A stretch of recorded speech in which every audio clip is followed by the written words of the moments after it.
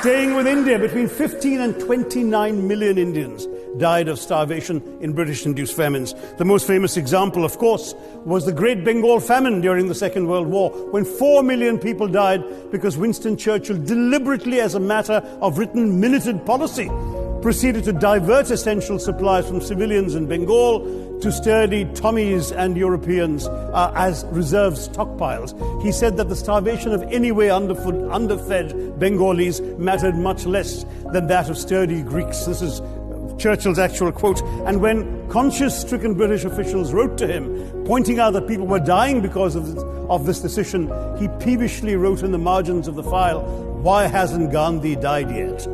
So all notions that the British were trying to do their colonial enterprise out of enlightened despotism to try and bring the benefits of colonialism and civilization to the benighted heathen. I'm sorry, Churchill's conduct in 43 simply one example of many that gave a lie to this myth. As others have said on the proposition, violence and racism were the reality of the colonial experience.